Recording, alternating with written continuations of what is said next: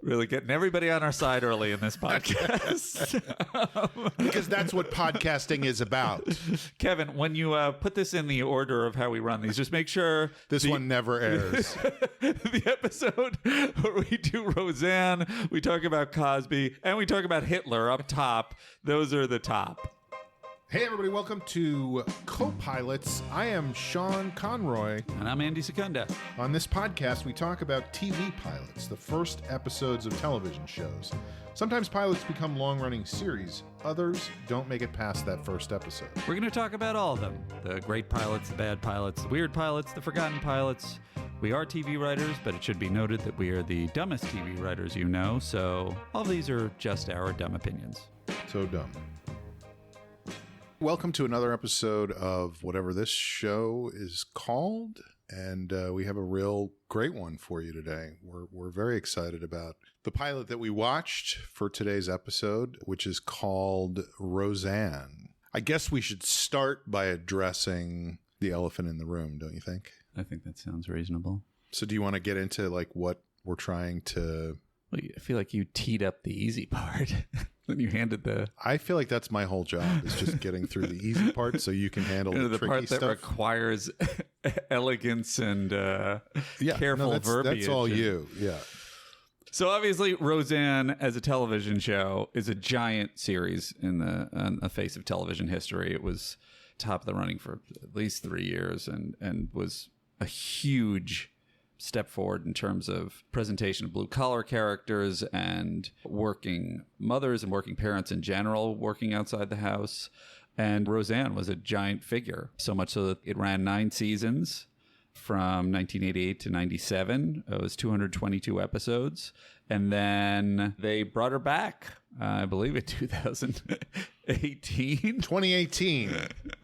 A different time in the country. A different time. And she tweeted comments that really, even if Twitter existed in 1988, she would have been in serious trouble and with good reason. And she was booted and essentially killed off her own show. And then the Connors continued for another 80 episodes without her character.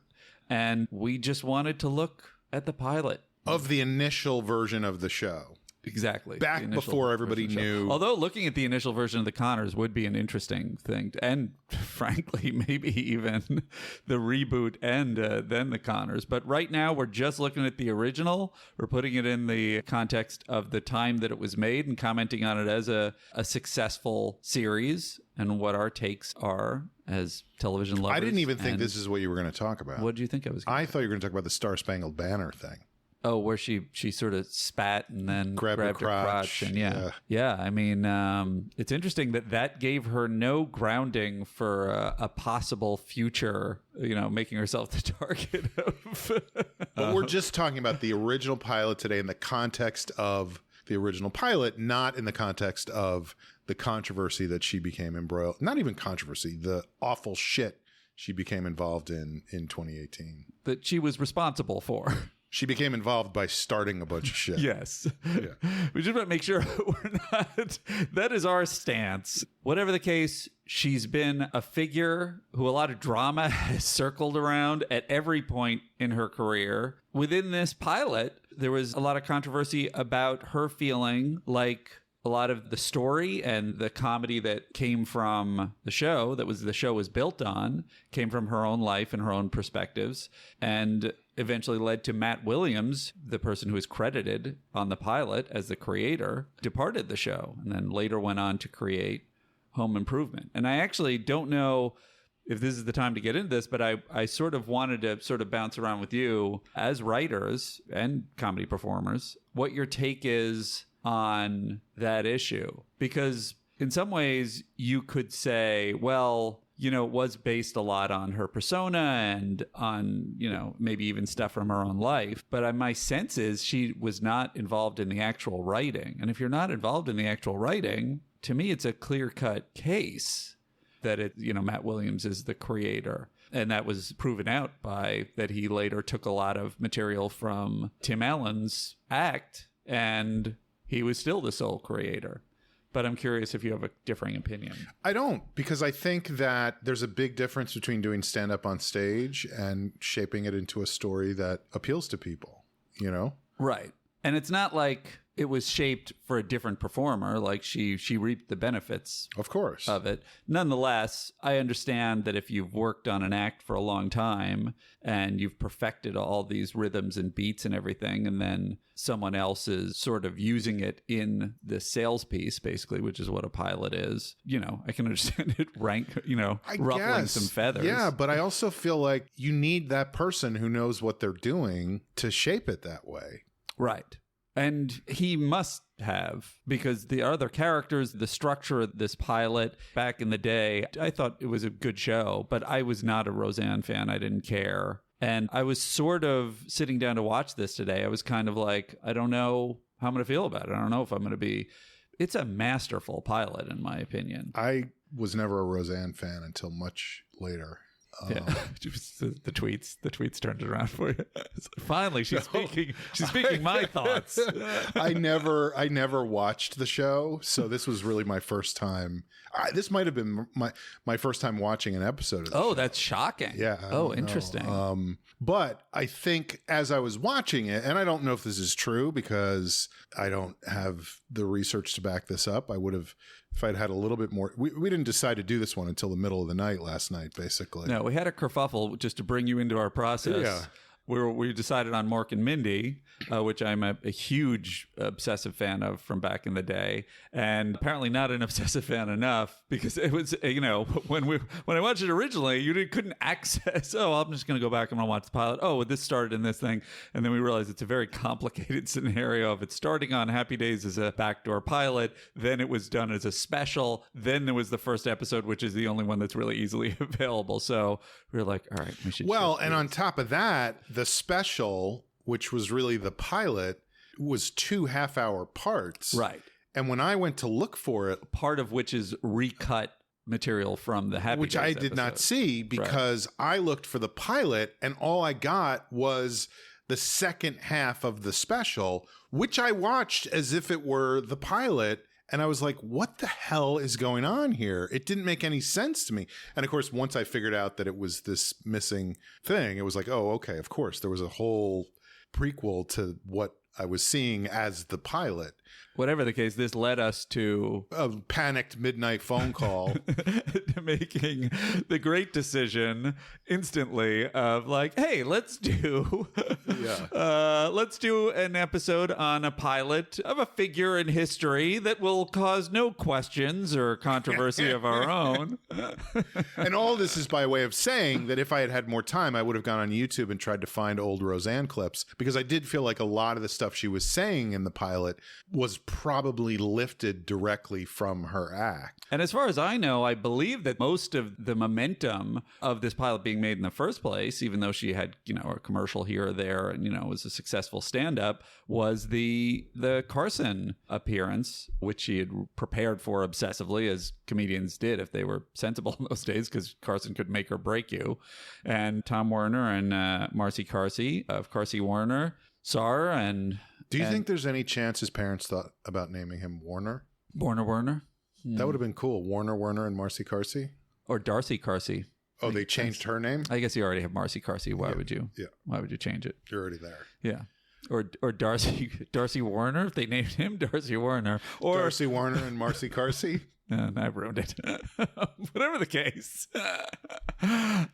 They decided they wanted to do a show that was about, I think specifically a mother working outside the home, but it became about both parents working outside the home. Which my understanding is that idea was there before they settled on her, right? Right.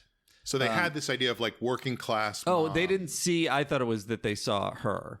I understood it to be the other way around. Okay. That it was like they had this idea, then they saw her and they were like, that's it fits the one. Perfectly. Yeah. Domestic goddess. That's right. Her primary joke. And it kind of came together in one of those ways with a pilot where it's like, and it's particularly with John Goodman. Once you get John Goodman, and in the interviews they talk about, just like, oh, the chemistry was there immediately. Mm-hmm. That to me is just, it's magical. It's the kind of thing and I think they spoke about it, all the people involved, but it really is like when you watch that pilot, usually there's a lot of hyperbole with like, and then we just knew we had a hit. When you see that pilot and the way that John Goodman and Roseanne are interacting, it's like, oh yeah, this is a show you could watch for 200 episodes. There's no question. Well, I had some questions. Even though Sean has not seen, now he's only seen one.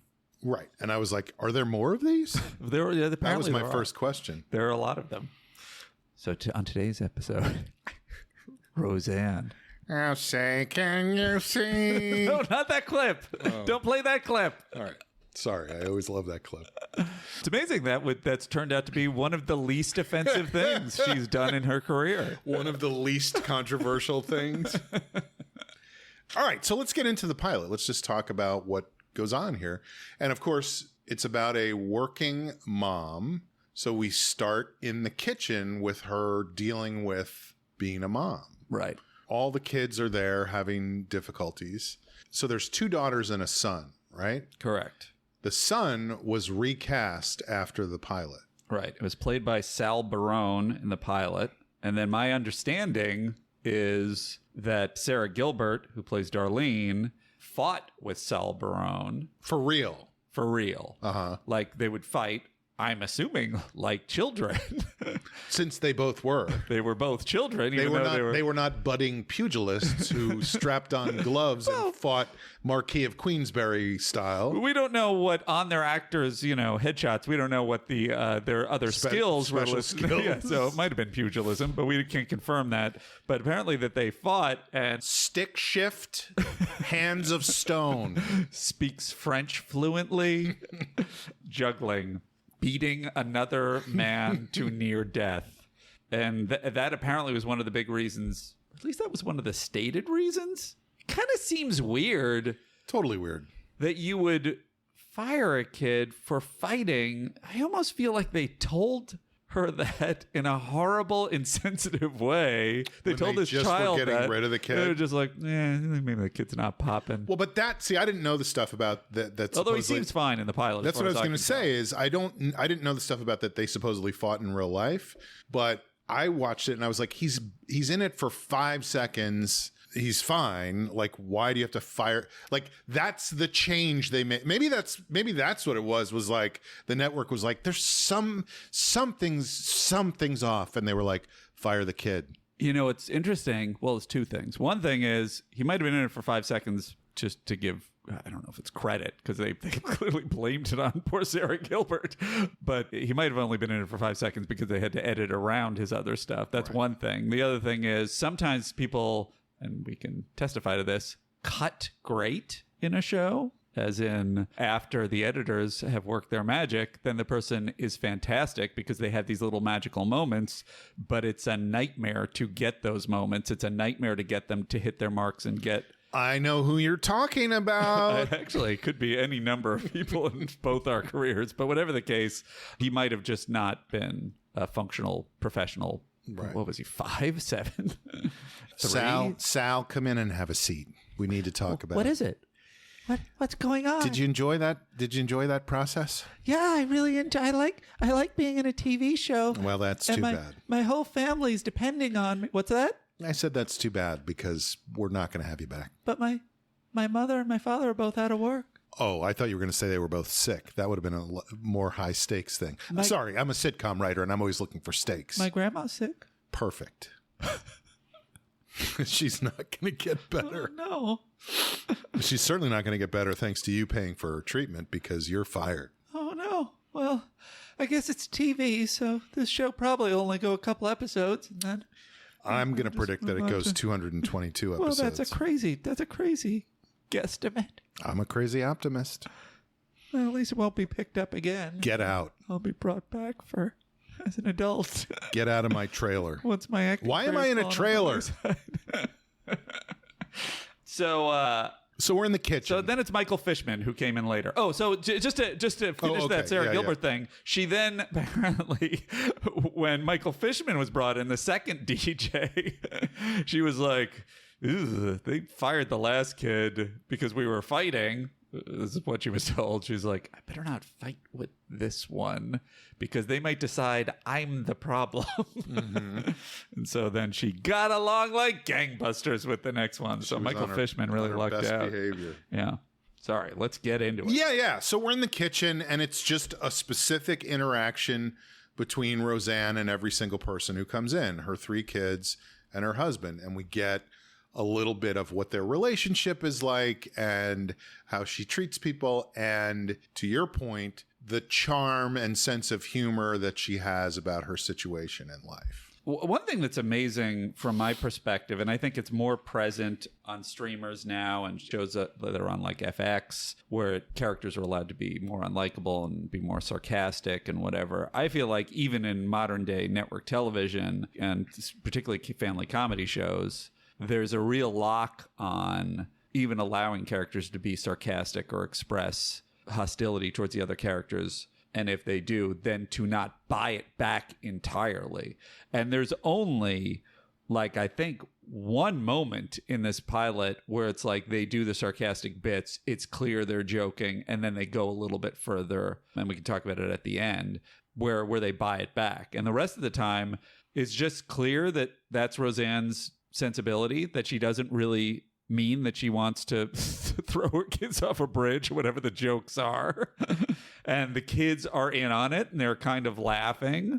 And they just do it. And it really gives a real authenticity and, I don't know, legitimacy from my perspective that they actually like each other, trust the love that is beneath everything. Whereas I feel like it's usually muscled so much then and now to make it okay. Yeah. Mm-hmm. That to me, it makes me doubt it as a viewer. Right.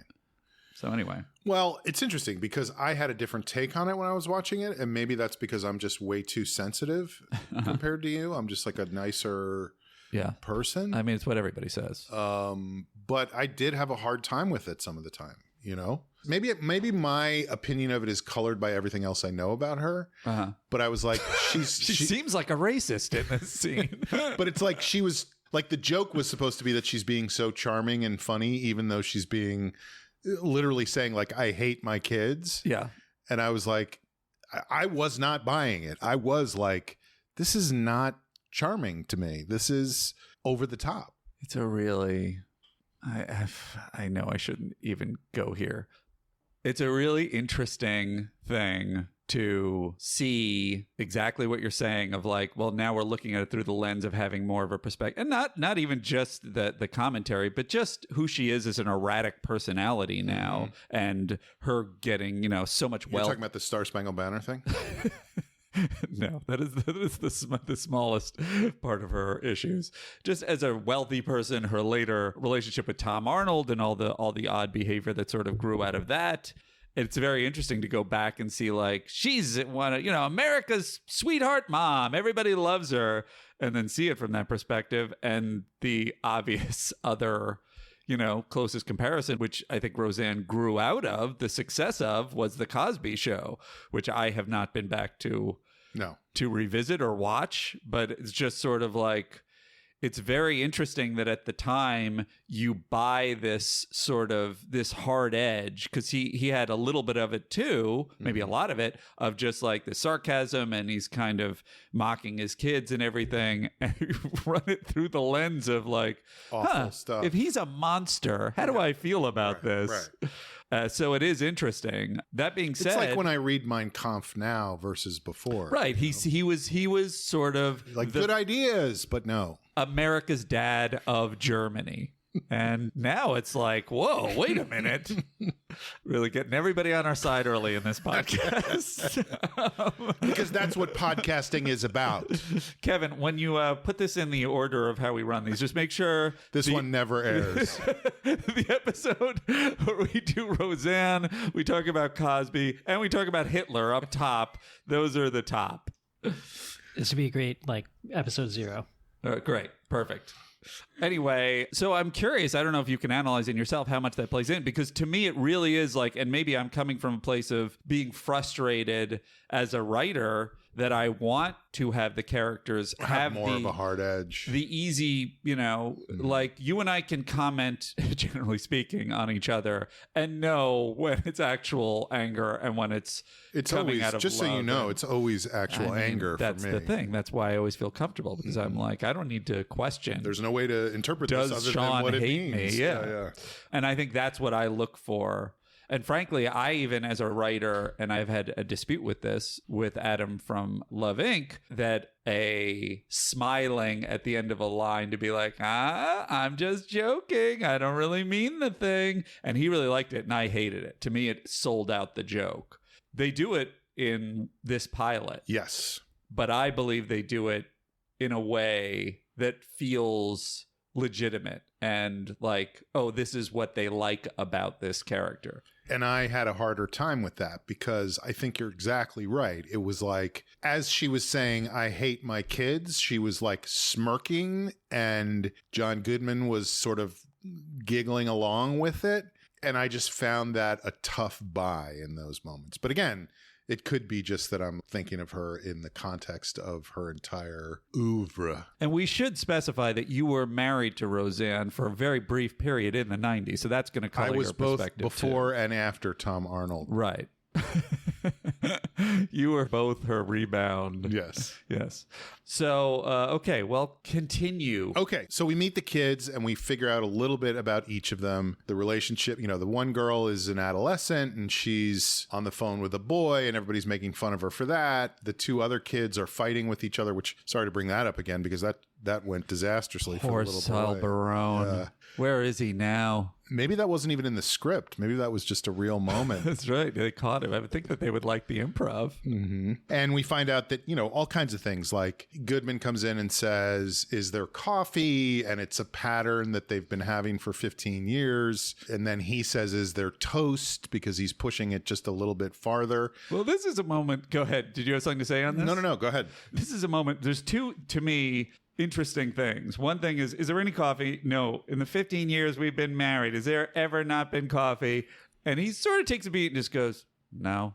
And the fucking subtlety and deadpan fucking surgical precision of John Goodman is just like, even from that one no, I'm like, that guy's a star. Mm-hmm. It's maybe easy for me to, say that. Well, and I did not feel the same way. I was like, let's see what happens with this guy's career. And it may be that I'm seeing him through the lens of King Ralph. But then what's interesting is, so I'm like, it's amazing because it's so hard, particularly on just a one word thing, to nail the deadpan so perfectly. And he had done theater. He was obviously in Raising Arizona, which was just a masterful comedic performance, just one of the all-time great cinema comedic performances. But this was still like, to get a gig like this, if you're not a name, is a real coup then and now. And he was just ready to go. He clearly showed the experience and was like, had the gravitas. And to go back to what we were saying earlier, because so much of this is coming off of Roseanne's act, they're trying to mold this persona around him and make it something that's going to interact with her in the right way. And I think that's a tricky thing to do when her persona is so established in terms of the whole domestic goddess thing. I think that's a great point. If the show is built around a comedian with a persona, they're the ones coming in who are ready to go. They have their rhythms. No matter what. The whole show is built to, give them fastballs. He's killing it. And he's killing it, to me, more importantly, not even in the comedy, which he does, but he is comfortable in that relationship. There's attraction, there's chemistry, they understand each other, they give each other shit in a way that makes sense. It's just so impressive. That being said, after he says no, they sort of clearly like, all right, well, we got to give him, let him give some shit back to her. And then she's having what I would argue the props department went a little too far on a giant stack of toast. And he goes, is there any toast? And the applause break they build in that moment that I assume must have been Sweeten? Hickenlooper, one of the experts of the era, sweetening it up. And I'm just like, you don't need that much sauce on that. That's a minor joke at best. They almost added a Wilhelm scream there. But yeah, so we get a sense of their relationship in that moment, and it's very, very clear. It's also very like there's the whole thing with the book bag, and she has to bring her books to school in a plastic, like a garbage bag, basically. It's true. And then going along with that is the thing of her getting, I don't know if it's in this scene, the food drive. I think it is in this scene, yeah. So just our school's having a food drive for poor people. Well, tell them to drive some of that food over here. Right. You know, it's a joke, but it also... So she says 2 cans, which really is the heart of just like, no, I'm serious. Like, all right, you can do this, but we're also, you know, we're 2 jobs and I'm watching even losing an hour of pay. And like, it's a legitimately blue collar family. They weren't actually wearing blue collars. They weren't wearing blue collars is my point. It wasn't entirely revolutionary. There had been blue collar families before, obviously. Ralph Cramden. Ralph Cramden, that's true. What's Happening, that family, good times. But it's good to set it, and you're on their side immediately. Now, let me ask you this. What if, I don't know how you grew up. I'm assuming you did not grow up blue collar. What? I don't know what about me. Doesn't say. The fact that you're wearing a white collar? Well, You're a priest. I'm a priest. That's the reason I'm wearing a white collar. I'm a priest and a stockbroker, so it's just 2 different. No, I mean, obviously. Look at my hands, Sean. Are these not the hands of a boy who was raised near a mine? I'm just saying, if you had grown up blue collar, like, I don't know the answer to this. Yes. But let's say you grew up in a family that was poor, basically, or Yes. like lower level of economic strata. Yes. Is this as fun and funny and interesting to you as it is to somebody who never had to deal with that shit? Like, let's say as a kid, you had to take your books to school in a plastic garbage bag. Is that going to play as a joke on the show the way it does? Or is it like, ugh? I believe that it's people feeling like and I think it speaks to the success of the show, and I believe the demo that it was hitting. It was speaking to people's experience, and that's why they related to it, and they were rooting for these people because they were going through, you know, the same things that the audience was going through. Mm-hmm. I mean, I grew up very blue collar, so, you know. It is an interesting question. The other thing is it was putting a positive spin, and you could feel the love from all of them. The parents, even though they were struggling and she was sarcastic, they like take care of Darlene at the end when she cuts herself, which is like, that's a classic kind of like... They work together when they're in the middle of a fight. Right. And they took care of their kids. So like, that's what the other thing. So let me ask you that. When you hit that point in the show... Did that soften your perspective on the sarcastic elements prior to that? Which part of it? Like the fact that she cut her finger, or the... Well, it's like you're saying it felt like a little too much when she was saying all these things to her kids. But at the same time... She did take care of them, ultimately. She takes care of them. She's providing for them. They're working all these jobs. She's doing, as she's, in her own words, everything for this family. That didn't counterbalance. I guess I get too cynical at certain points, you know, because to me, that stuff felt like... This is going to sound ridiculous because it is what it was, but it felt like a bunch of writers sitting in a room going, we need them to come together in this moment, and we need them to do something that shows that they care about their kids, because that's what this show is really about.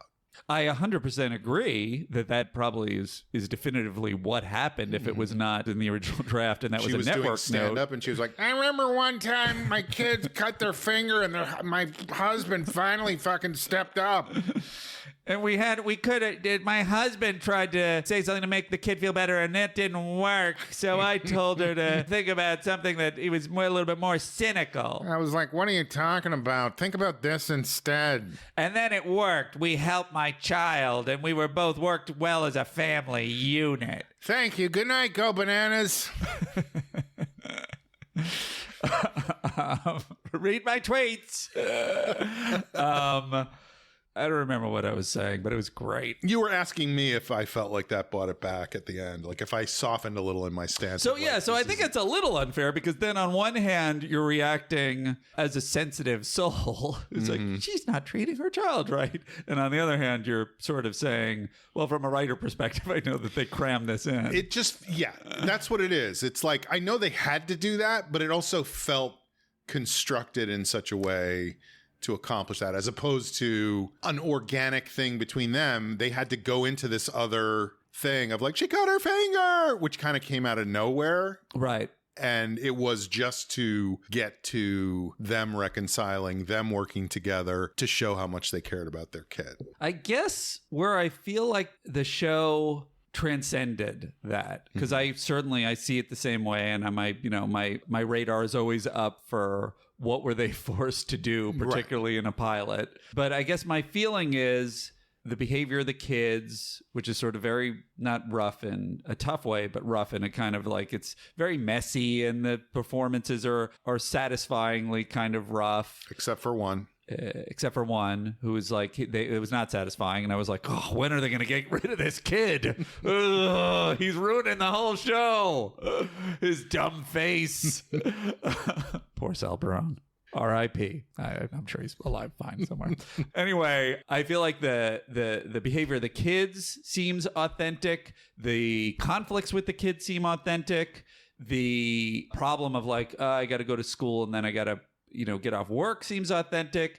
The fight between Dan and Roseanne at the end really felt like it was charged, and they're leaning toward, I'm curious what your take is on this, her perspective on he is being a little bit selfish. Oh, absolutely. I agree with that. And she is taking care of all this crap, and here she had to go to school, and then he was just off all day fixing some other dude's car. Right, he got caught up in this other thing, and he clearly knows it, but is like fighting the fight. And here's the other thing. I'm sorry, I'm getting ahead of myself here. No, please. But this is the other thing. The end. Executive producers, Tom Warner. And, Darcy Carsey and Marcy Warner. Sarcy. Larcy Carsey. Dan is in the wrong, but they're not presenting him as most, and even as Home Improvement would be, and as I think Everybody Loves Raymond, and all the biggies would have presented the husband as an idiot, and just like the joke is he's incompetent, he doesn't know what he's doing. Dan is a smart guy. Dan is an empathetic guy. Dan has a great relationship with Roseanne. Dan is a caring father.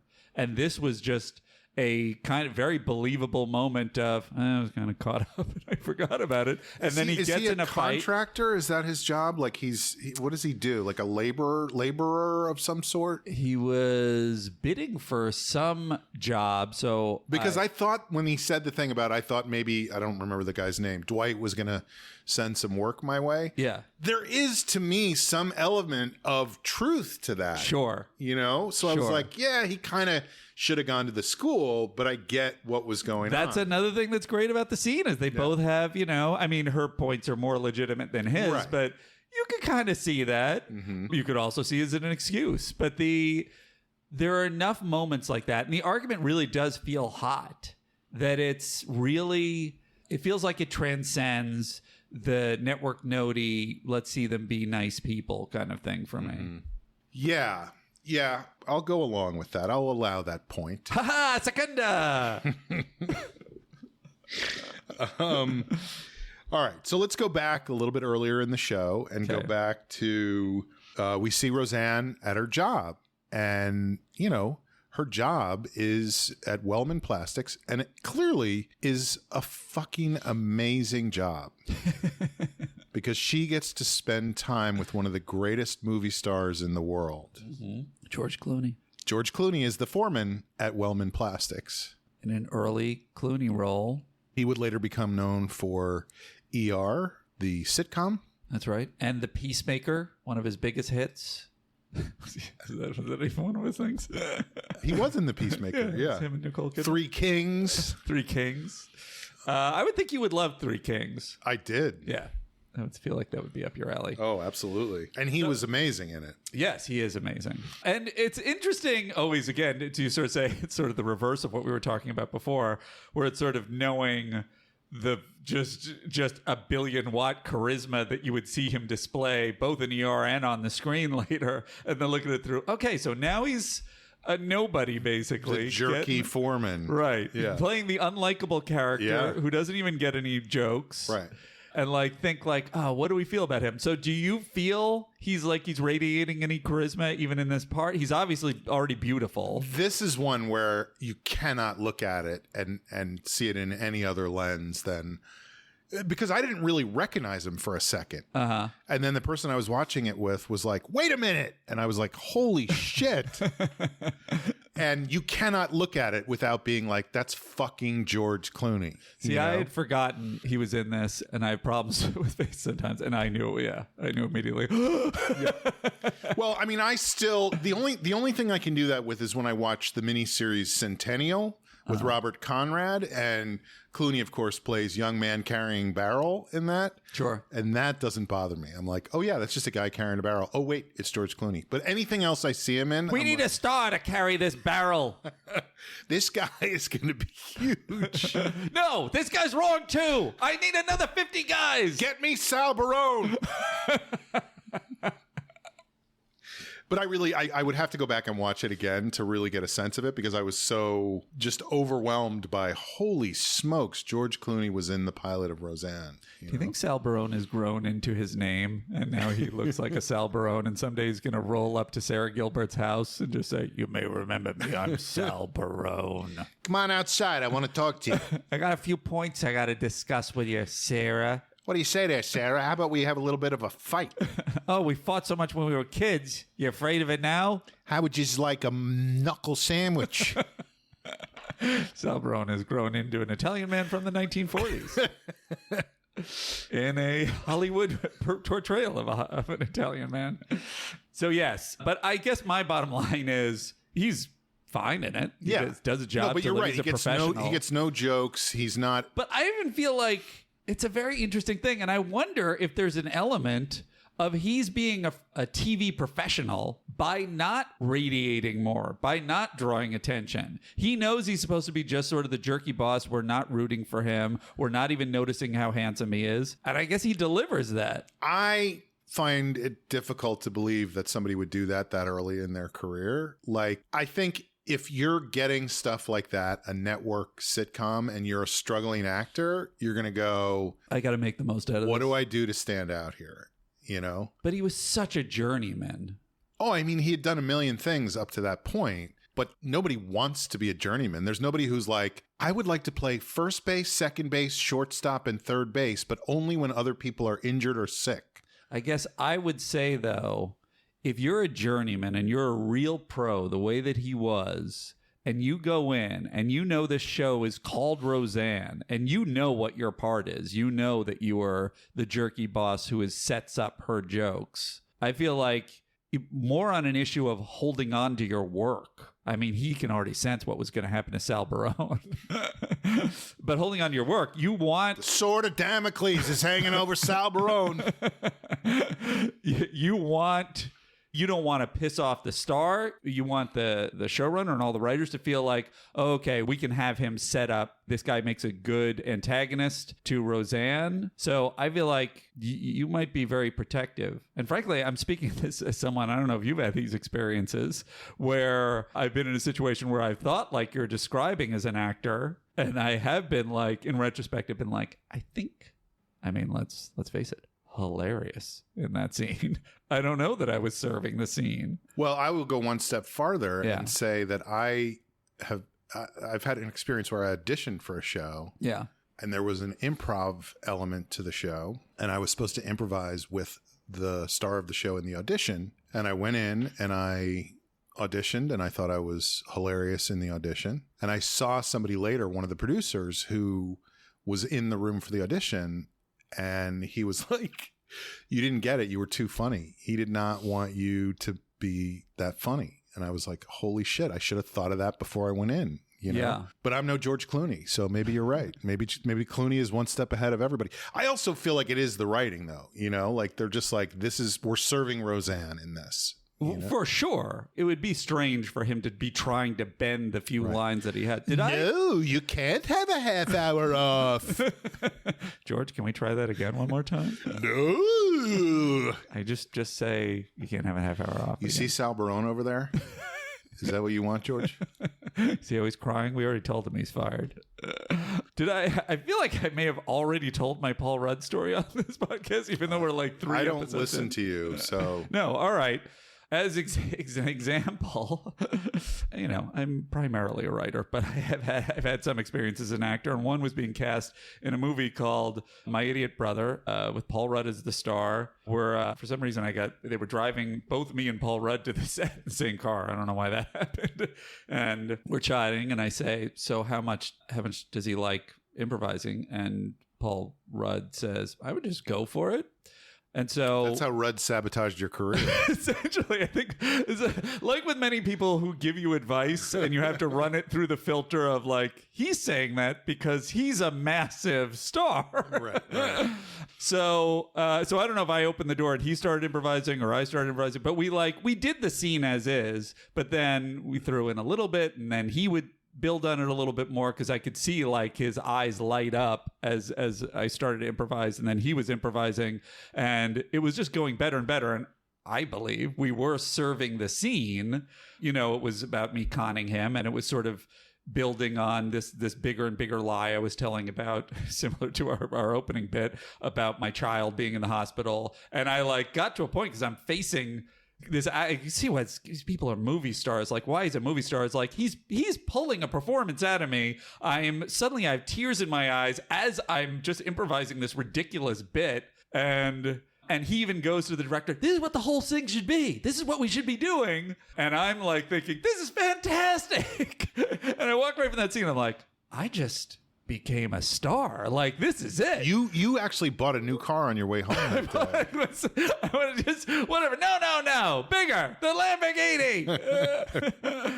And my whole scene was cut from the movie, and I only left in a tiny snippet of me as man on train where I look over. And I think they did that to me as a favor. Right. Just so that I have the credit and the residual, which was very nice of them. And in retrospect, it's like, yeah, the director wrote the script. He wants to do his thing. His words are his words. Totally legit. But that's like a perfect example of like, yeah, in my mind, I was serving the scene and I was making it funny, but it's not my show. Right. And, to George Clooney's credit, as if he needs, that's why George Clooney kept working. Credit. Yeah, and that's why they didn't Sal Barone him. Yeah. So that makes sense that he would not try to stand out.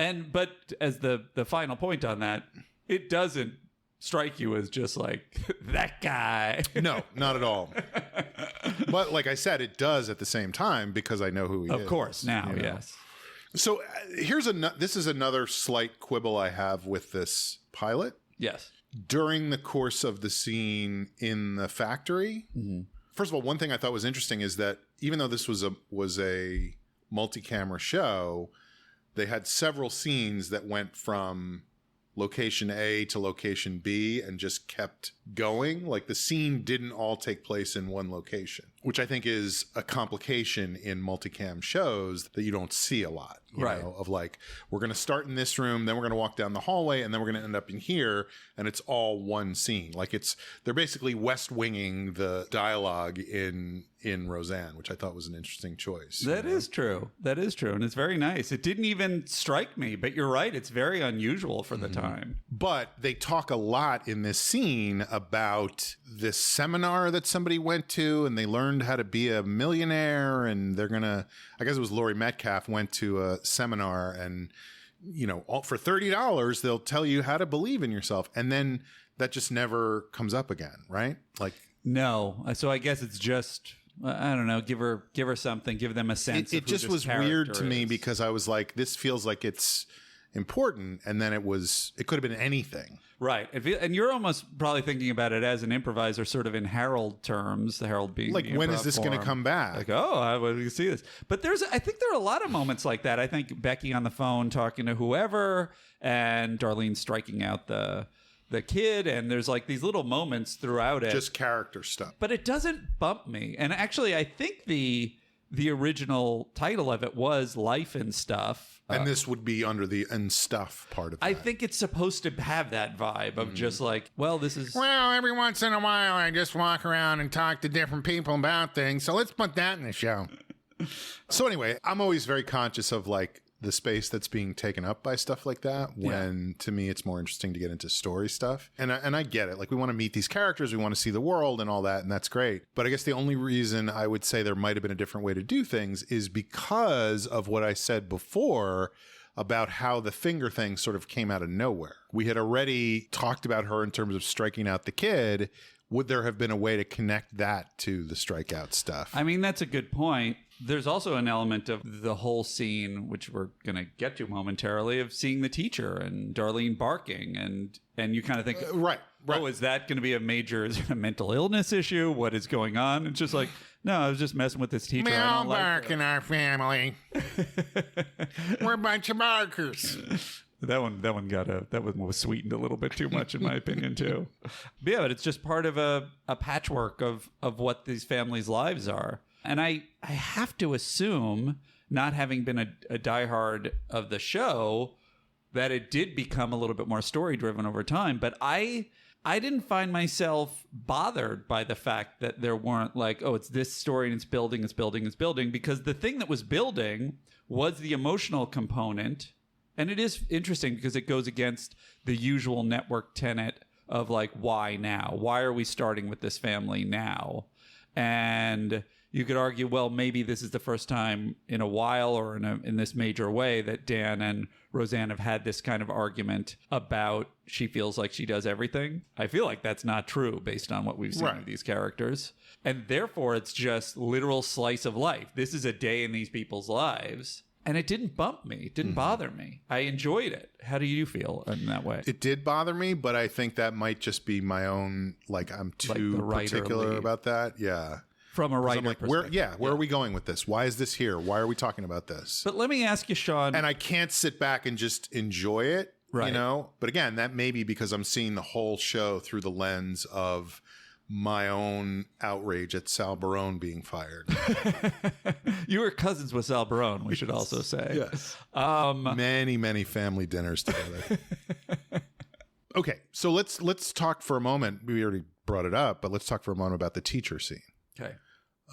What'd you think? I think it's interesting. I think that Clooney is one of them, and this lady's another one that are presenting the sort of upper middle class, not upper class, but like middle to upper middle class sort of contrast to their blue collar kind of privilege, single, white. Obviously, they're white too, but that's sort of like she's going to play squash, not even tennis. Right. Which is hilarious to me because squash is such a like, I went to Yale and I play squash. It's like a rich person's thing. Right.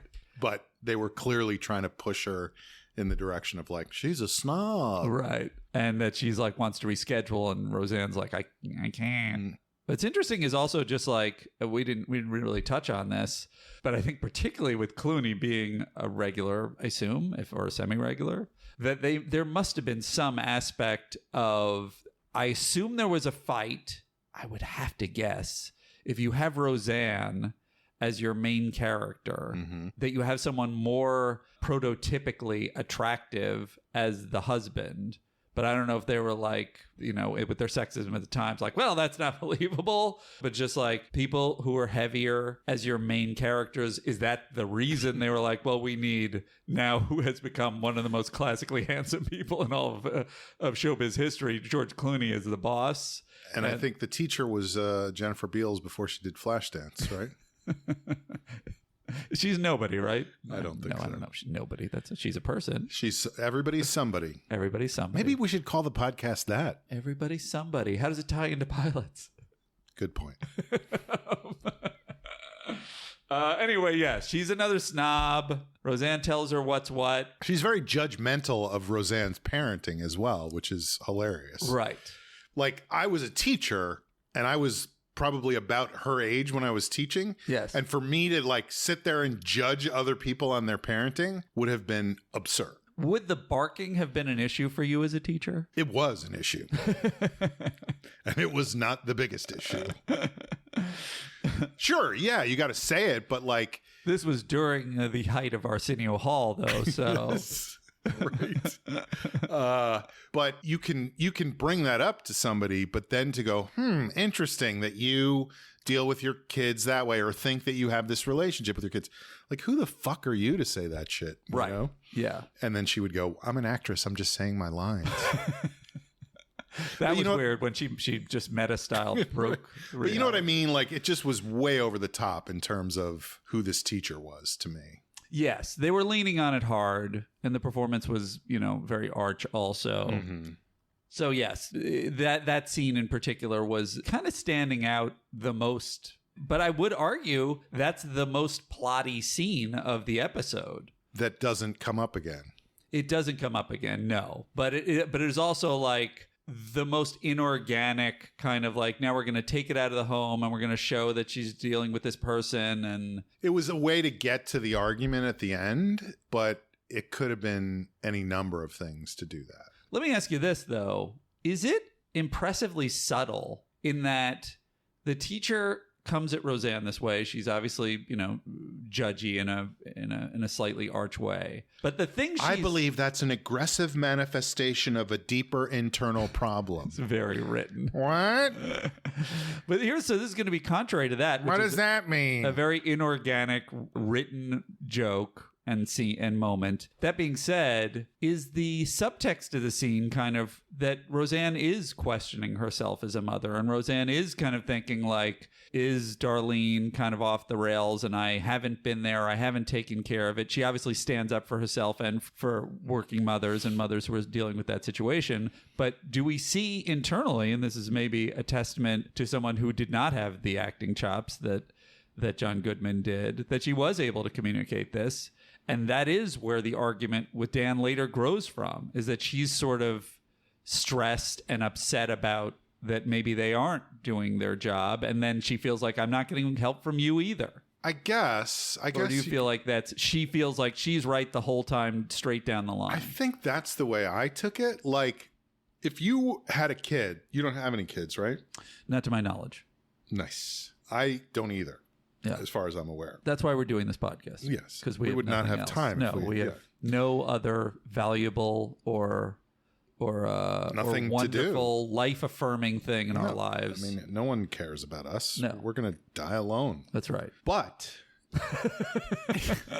if you had kids. Yes. And a teacher called you into school to say your daughter is barking in class. Right. What would your reaction be? I would be like, I don't know what the issue is. Was she being disruptive? Was she... You'd be concerned in some way. Oh, see, I feel like I would be like, can you give me the context that she was barking? Because that right off the top sounds like she was doing a bit. Uh-huh. I guess... Okay. I have a natural antagonism towards great many authorities, particularly... Right.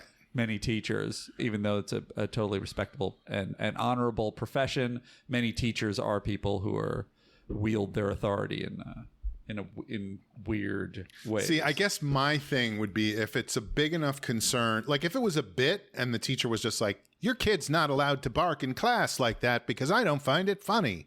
That would be one thing. But to say like, this is a thing that I have a concern about, I think you at least have to entertain that as a concern and say, is there something going on here? I would hear them out. But in this case, it was like, their whole family barks. And that was, That's fair. That's fair. And it was all about the teacher being... Doesn't she kind of ask questions to kind of figure out what the situation is? I didn't see it that way, but maybe I just... Well, it's possible also that the other woman... I did not actually watch the show, though. Oh, well, that's not good for this podcast, John. Right. It's possible, I don't remember the order of it, that the other woman comes out with her psychobabble and her judginess so quickly. It also might just be from the word squash that Roseanne's just like, screw this lady. Right. That was how I felt, that she was just not interested in entertaining that there was anything going on. See, again, okay, so it's just a difference of take. My read on it was she was concerned. Mm-hmm. She didn't want to take any shit from this lady. And so she was like, I'm not going to hear it from you. Mm-hmm. But she was on some level going, maybe something's wrong and I need to figure this out. Either in my parenting or in Darlene. Right. But either way, we never saw anything about it again. No. Because I don't think we necessarily need to. I think the plot was, I mean, I agree with you storytelling wise, that would have been maybe something you could have built, but maybe just a tag where she goes, by the way, no more barking in class. Okay, Darlene, just save it for home. Woof, woof. How about if at the end, because I feel like it doesn't end on a strong blow. Am I wrong? It's what about the sink? Oh, they're going to do it, and it's like, what about the sink? Yes. Anywhere you want. Yeah, that's a pretty good blow. Yeah. But then at the end, she's like, woof, woof, By the way. What? Anyway, That's an aggressive manifestation of that'd be a good thing to bring back, that rephrasing. Anyway, bottom line, and for the most verbose way to make this point possible, I felt like it was like the thing you were saying that she didn't sort of explore enough. To me, she was already in her head worrying about it. That was how I interpreted it. Fair enough. I tend not to see subtlety. Well, there are non-subtle moments in it. However, and this is the interesting thing about the pilot, and particularly in the performances between Goodman and Roseanne and their chemistry, there are incredibly subtle moments, I believe, that indicated nuance of their relationship. Right.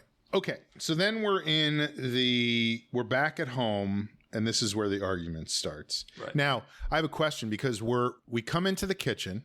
Yeah. And she starts to talk to somebody, and then the first thing we hear is the cartoon sound of someone falling down, clearly taken from the Flintstones. Is that an homage to Ralph Cramden? I don't think so. Am I reading too much? I believe so. I thought it was just a very subtle. I mean, I do see subtlety sometimes. But yeah, so we're back. When the ghost of Ralph Cramden appears and guides them and gives them advice, that is a reference to Ralph Cramden. I did not understand that. Yeah, it was a weird moment. So then we have You two need to listen to each other. To the moon, Roseanne. Disappears. So this is where the fight starts. They're she's pissed that he didn't have anything to do all day and didn't help out in any way, that she had to go to the school and take an hour or a half hour off from work, and they go back and forth, and he's going to cook dinner. He never helps out. He grabs the biggest can of, like, have you ever seen a can of corn that size? No. Yeah. It was comical. It's like a gallon of corn. Yes. I think all the things with Dan, they make the toast 100 stacks of toast, and they make the corn the giant. And then we have the emergency where, is it Darlene? Is that the kid's name? What's Sarah Gilbert is Darlene. Yeah. And Darlene has cut her finger. The other kid is freaking out. Lacey Goranson is Becky. Becky is later freaking replaced out. by Sarah Chalk. So Lacey Gilbertson and Sal Barone. Lacey Goranson got Sal Barone. I don't know I don't know exactly how that went down. I don't know if she was going to college or something happened, but I'd like to think that she was also fighting with Sarah Gilbert.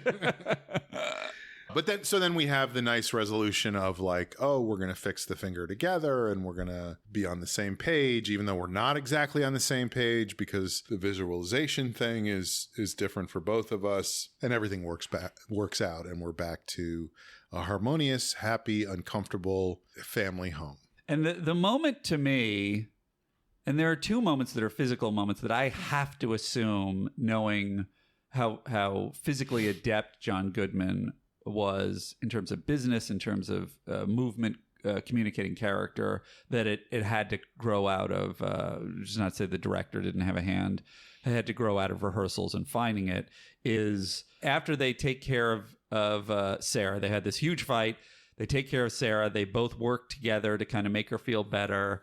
She runs out of the room. They're sort of facing each other. It's really nice that there's no big discussion or, well, this is what we learned or whatever. It's just, are you hungry? He goes, not really. She goes, great, I'll fix dinner. Great. And that's nice that they don't go into it. But really, it's like, then she turns away from him and he turns away from her, and they hold each other's hands facing away from each other. Mm-hmm. And it's a sweetness that's communicated, and something that says something about their relationship that's you could not have done with any words. Right. It's a thing of like, we just had a big fight, but we know we're on the same team. Right. And we know we still love each other, and basically, I'm sorry. It's all that stuff. Mm-hmm. And they don't say any of that. The other moment is when, in the final scene, when she comes out and he's working on the boat, and they're talking about that someday we're going to be on, which is another thing of like aspirational of, someday we're going to be on a fancy boat on the ocean. He's doing a thing where he's leaning on the frame of the boat and rocking it back and forth. It's like that would not be something anyone would plan for, because it would be... They're not going to build the thing so that it rocks back and forth. No, it's just, it's a a person who's building that kind of thing on the set would make sure that it didn't move. So John Goodman must have discovered that it moved, and he's doing it, and it's playful and it's flirtatious, and it helps lead to this last flirtatious moment of "You're turning me on, let's do it. You're turning me on, let's do it. What about the sink? Anywhere you want," which is a tie-in, and it does end like because she's been hassling him about the sink the whole time. So that ties in. Yes. Were you not satisfied by that? No. I mean, I thought that was a nice callback. Destruction. No, that's a callback. That's not a story thing. It's a story thing because that was the thing she was hassling. You're right. It is a story thing. It's just that there were so many other story things that sort of went That's nowhere. certainly true. Yes. And then, of course, we know that there was, I don't know if you knew this, there is a cut scene after this of them fucking on the sink. Right. They do fuck on the sink. Yeah. And accidentally kick it and it unclogs. So it works again. So we're going to just play a clip of that scene now. Oh my God. What? What is it? Am I doing something wrong? No, just the sink just unclogged. Are you sure that? Keep going. I thought that was something. Maybe you don't want this to be there. So there it is. There is the pilot of Roseanne, a day that will live in infamy. Decades later. Yes. I don't know. I certainly was not interested in it at the time. I would watch this now if I saw this pilot. And it's very unusual. Cheers being another is I don't even know. You count on one hand. Maybe not on one hand. There are very few multicam sitcom pilots. You could count them on an abacus. Where you don't feel the sweatiness of both the actors and the writers to try and push this through. And it's very unhurried, this pilot, and very confident. And so many pieces are in place already. Now, let me ask you this. Yes. And I don't have any research to back any of this up, just rumors I've heard over the years. And I bet there's a way to figure all this stuff out. And I probably should have done it if we hadn't talked about this at midnight last night. Uh-huh. There's just crazy stories about the writers' rooms at Roseanne. That first of all, that she would keep separate writers' rooms going at the same time. Right. And pay one of the rooms and not the other room because these guys created a script that worked and these guys didn't. Like all kinds of crazy stuff like that. And then I saw a thing, and I can't believe this is true. It feels like something somebody would add into Wikipedia without being fact checked. Yeah. That she had 19 writers on the show. Did you see this? Yes. That they all she knew them by their numbers, not by their names. I had read that. And they all had to wear shirts with the numbers on them. Oh, I didn't hear that. That's what it said. I mean, it's very interesting.